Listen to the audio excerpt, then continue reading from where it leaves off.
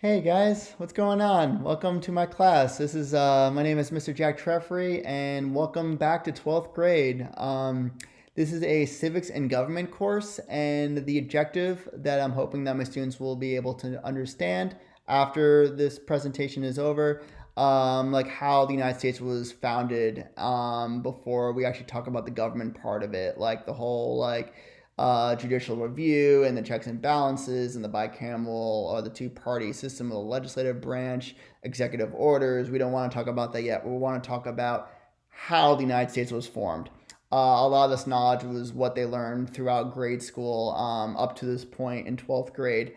This class is going to have a lot of essay writing. There's going to be 3 assessments after this presentation because I don't want to basically overwhelm my students with too much PowerPoint and lecturing. That's what I learned from taking this course. I want to make it more interactive and more inquiry type learning. So there's gonna be many times when I'm gonna stop talking just so I can on these slides, just so I can start having students raise their hands and so I can call on them and start class discussion through this. For the sake of time, however, I'm going to try to get through this presentation as quick as I can because I really want to talk to you guys about the 3 assessments I have after this. They're really exciting. One just reading, but the other 2 are very fun, and one of them has a grading rubric to it that I'll show you guys real quick. And hope you guys enjoy. I'm very excited. I was listening to some Hamilton to get me excited for this, and believe me, I'm very excited, and I hope you guys are too. So let's begin. Kind of like what I was talking about a little bit, introduction objective. Hopefully my students will understand the events that started the Revolutionary War. Clarifying objective that is in the North Carolina Standard is to explain how the tensions over power and authority led America's founding fathers to develop a constitutional democracy, and that's what I'm going to talk about today. And my students are going to be doing fun projects at the end, as I mentioned. Mercantilism. Mercantilism is an economic system of trade. It is critical. That's how Great Britain got its money from the 13 colonies. Basically, in this chart, and I do apologize that it's black and white. I personally love color. Like when I was a kid, I wore a lot of tie-dye because I love color. I was a visual learner. I love to draw. I love to make comics, and that's how I learn. But even though this is black and white, it does do a great job explaining what mercantilism is. And it is a economic theory of trade which a government should encourage by means of protectionism. Protectionism is the theory or practice of shielding a country's domestic industries from foreign competition by taxing imports. So, in this European view, think of this as Great Britain: more exports, fewer imports. Exports are the supplies that you have in your country that leaves the country, exits the country. Imports are supplies or raw materials or goods that actually go in the country. Think of exit, exports, leaving something. Think of imports, going in the country. So there's a cycle right here: mother country and the colonies. So the mother country, Great Britain, manufactured goods go to the 13 colonies, and in return, the colonies send their raw materials: gold, silver, fur, lumber, and foodstuffs. There you go. They send foodstuffs to Great Britain as well, and that's the system, and that's the system of revenue, and that's how Great Britain gets its money. So after mercantilism, after feudalism, excuse me, I do apologize. Feudalism is like lords, fiefs, serfdoms, and buying lands. Mercantilism replaced that, and what eventually replaced mercantilism is laissez-faire, means let it be. It's not just a Beatles song, but laissez-faire means let it be, as in letting the market work itself, like no government interference at all. It's a free market, private enterprise type of system that shouldn't be touched. But in mercantilism, there's government interference. The legislative branches of the government have the treasury kind of control the means of production. So let's watch this video on mercantilism. I'm only going to show a minute of it for the sake of Hi, time. I'm John Green. This is Crash Course U.S. History, and today we're going to discuss the I love events this that guy. led to the events that led to the American Revolution. So we'll begin with the 7 Years' War, which, as Crash Course World History fans will remember, Winston Churchill referred to as the First World War. The Americans called it the French and Indian War. The Prussians called it the Third Silesian War. Swedes called it the Pomeranian War. For today, and valued. Right, so mercantilism was the key economic theory of the British Empire in the 18th century. Because while Adam Smith and David Ricardo were talking up free trade and economic liberalism by 1750, no one was really listening. Mercantilism was basically the idea that the government should regulate the economy in order to increase national power. This meant encouraging local production through tariffs and monopolies, and also trying to ensure a favorable balance of trade. And colonies were an awesome way to create this favorable trade balance because they both produced raw materials and bought back finished goods made from those raw materials. But for it to work, you always need more and more land, so you can have more raw materials and more colonists to buy finished goods. By the way, it's important to understand the centrality of slavery in this colonial economy. I mean, the most important colonial trade goods were tobacco and sugar, and both of those crops relied heavily on slave labor. And slaves themselves were a key trade good in the so-called triangular trade between Europe, Africa, and the colonies. As one historian put it, the growth and prosperity of the emerging society of free colonial British America were achieved as a result of slave labor. So Britain's greatest rival in the 18th century was France. Like, on paper, the Spanish had a more significant empire in North America, and they'd certainly been there longer, but their empire was really sparsely populated. In fact, by 1800, Los Angeles... I wish I can show you guys more about that. I absolutely love that whole entire video. I just love how animated that guy is, and I definitely recommend watching some of his videos. So for the sake of time, I have to keep moving on because I really want to get to about the assessments I'm going to be talking about at the end of this presentation. So these taxes I'm going to be talking about very shortly, these acts and other taxes, it will end before 1770. I don't have enough time to talk about like the Boston Massacre and the Boston Tea Party and other taxes as well, like the Townshend Acts. However, I will talk to that about my students, but since this video is only 15 minutes long, I have to unfortunately cut that part out. So just moving forward. So I would talk to my students what they learned from the video and start inquiry learning, asking questions. What did you guys learn, and what, like, kind of going more in depth with them there to create class discussion to keep them engaged. The group learning will come next to create more of an interactive learning environment. Next will be after just a few more slides. So this whole system greatly benefited Great Britain. However, the colonists felt that it was unfair for them to have to pay for products that they could have manufactured in America. Like, why send these products 3,000 miles plus to Great Britain, knowing that they could actually just do it right there? But that's how Great Britain got its money. So it actually kind of made a lot of sense eventually to have their own country instead of having them send their materials 3,000 miles to another country. They spent a lot of time smuggling goods with the Dutch, the Netherlands, as well as the French and the Spanish and the West Indies, which is in the Caribbean islands right over there. So that was illegal, and that was no good. But when I talk about Great Britain to you guys, Great Britain is actually not a country. It's actually just a landmass. Great Britain consists of 3 countries: England, Scotland, and Wales. Wales, everyone forgets about Wales. But the Welsh people are awesome. West of England is Wales, and north of England is Scotland. In 1707 is when there was a Union Act that brought all 3 countries together, and they all formed Great Britain. So when you talk about Great Britain, you're referring to England, Wales, and Scotland. So moving forward, salutary neglect. Salutary neglect, it was a term that referred to unofficial policy practiced by English authorities, wherein they would turn a blind eye to various violations in the American colonies, especially relating to trade. This is actually a picture of King George III. I don't think they had sunglasses back then. But yeah, so King George III became King of England after, I believe it was his grandfather. It was King George II died in 1759, 1760, and King George was like in his early 20s. King George III was in his early 20s, and he became King of England, King of Great Britain in 1760. So King George III became King of England, King of Great Britain in 1760.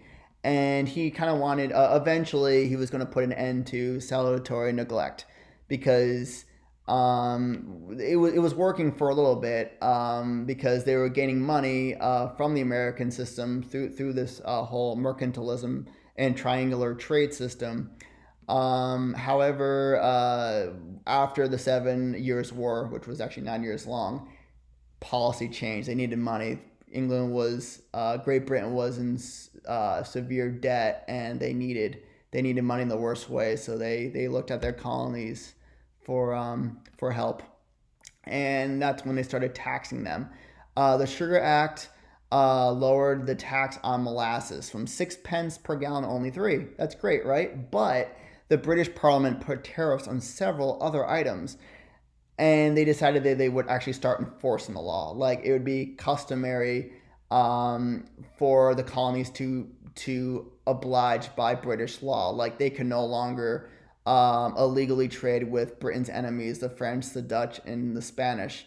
If they were caught smuggling goods, they would be in serious trouble. So this is just kind of like it was like, hey, we'll lower the amount of money for molasses and sugar, but we're actually gonna start enforcing the law, and you better only trade with us. So cool. So the Stamp Act of 1765. This is the big one. It was the first direct tax on the colonies. It was notorious, infamous, you name it. It required colonial printers to pay a tax on documents used or created in the colonies to prove it by pressing a decorated revenue stamp, exactly like that one, to the documents. I actually lived in Connecticut for the majority of my life, for over 20 years, and there was a lot of colonial houses there they were built in the 1600s, and if you actually look at the wallpaper, you can actually see the stamp on the wallpaper, which I thought was the coolest thing. So some of these paper products that were taxed were newspapers. These are all imports. Newspapers, legal commercial documents, almanacs, marriage license, and even playing cards and dice. And I want to talk about exports and imports again because that's very important. Exports is what's leaving a country, and imports is what's going in a country. I'm not sure if I mentioned this in this presentation yet, but exports is like you're exiting something, and imports is like you're entering something, you're going into something. So that's basically a way to decipher the two. That tends to help me out a little bit.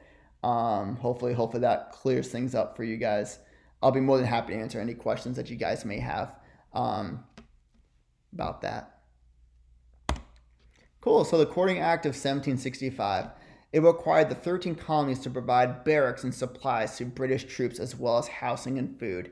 The colonists took great offense to this, especially in urban cities like New York, where like they just felt like, wow, like we're being violated. Like someone can just knock on a door any minute, and they would have to spend the night, and would have to cater to them. If we refused to, it would be highly illegal, and you could be arrested for it. So moving on to the Sons of Liberty. So the Sons of Liberty was a secret organization founded by Samuel Adams and John Hancock in Boston in 1765 that sought to protect the rights of the colonies and fight British taxation. This is an underground group. Samuel Adams is the guy on the left, and John Hancock is the guy on the right. John Hancock is known as the guy with the big signature. The little history about that giant signature is he wrote the big signature on purpose. He wanted after the Declaration of Independence was written, he was the president of the Second Continental Congress. He wanted the signature to be large just so every member of parliament could read that and know, like, this is John Hancock who signed it. Like, I mean business, and And this is legit. Like I think he even said like, it doesn't matter what kind of spectacles they have. Like people have the worst eyesight in the world, but they're able to read that this is an official document, and I mean business. And America is a separate country from Great Britain. So yeah, the Declaration of Independence was 1776. Revolutionary War started in 1775. Battle of Lexington and Concord. But getting a little bit ahead of myself, going right back on track, and we're going to be talking about an important um, topic, which is taxation without representation, and that it is tyranny. It became the anti-British slogan of the Sons of Liberty and Patriots. Loyalists are the opposite of patriots. Those are the people that are loyal to the British crown. The Sons of Liberty spread fear, and they're fear mongers. They spread fear in the colonies by hanging and beating effigies of British tax collectors from the Liberty Tree. Unfortunately, Liberty Tree, it wasn't actually an actual tree. Unfortunately, it wasn't around for too long. I think it was cut down by loyalists during the war. Basically, they would hang these effigies of tax collectors and beat them up and hang them. And they even threatened Andrew Oliver, who was in charge of enforcing the Stamp Act in Massachusetts, to publicly resign.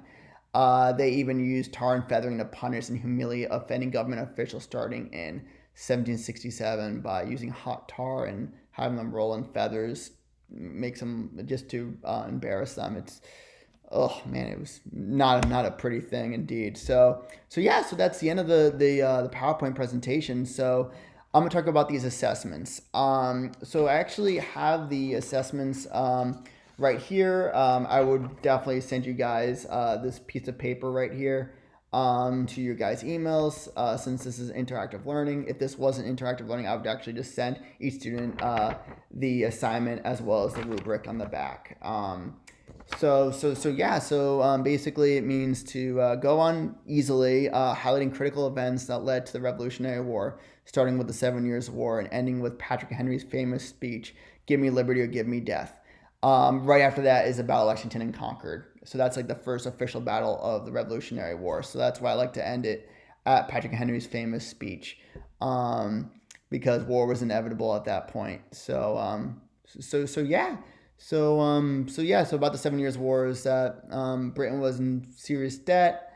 They needed money, so they went to the colonists, started avoiding salutary neglect, which started conflicts with their colonies, and enough was enough. Colonies had enough, and they declared independence from Great Britain. I would then like you to write a 2 to 3 page essay in APA format that includes a works cited page that answers this question. Some famous colonists and groups of colonists fought hard against King George III's and British rule. Name some of these members and what did they do to resent British power. Also, colonists argued that taxation without representation is tyranny. What does that mean? List some of these taxes and explain how the colonists responded to them. A grading rubric is just basically like 30 points for content, 20 points for creativity, 50 points in total for the whole easily part of the assignment. And the essay would be 35 points for content, 15 points for a professionally written essay, and 50 points in total. This will be due in class a week from today to give them enough time to gather their thoughts and create the essay and the timeline on easily. So independent practice homework for tonight would be reading chapter 1 of 1776 by the famous historian David McClough. This is a book right here. I love it. It's awesome. The first chapter talks about the British side of the war. I actually learned a little bit more about King George III, about his personality and whether he was a good guy or not, and all that, and his reasons in declaring war on the colonies, which I find very fascinating, and Parliament's viewpoints as well, if they're for or against the war. And that leads to the guided practice, the group activity. After reading chapter 1 of 1776 by David McClough, students will learn that the House of Commons and Lords in the British Parliament argued whether or not Great Britain should declare war on the colonies. The activity is that it's the summer of 1775. The colonies are continuing to boycott and protest the British taxes, and some are even resorting to violence, as we talked about the Sons of Liberty, and even attacking and burning tax collectors' homes, and lot of bad things. And even we could talk a lot about the Boston Massacre and the Boston Tea Party a little bit later on. But unfortunately, for the sake of time, we have to just do this. So war seemed almost inevitable. Parliament just received an olive branch petition that was sent by the Second Continental Congress as a final attempt to avoid war. For this 30-minute activity, everyone will pretend that they are a member of Parliament in the summer of 1775. One half of the class will create a chart that is pro-war, and the other half will create a chart that is against the war. Students will use the book 1776, this book right here.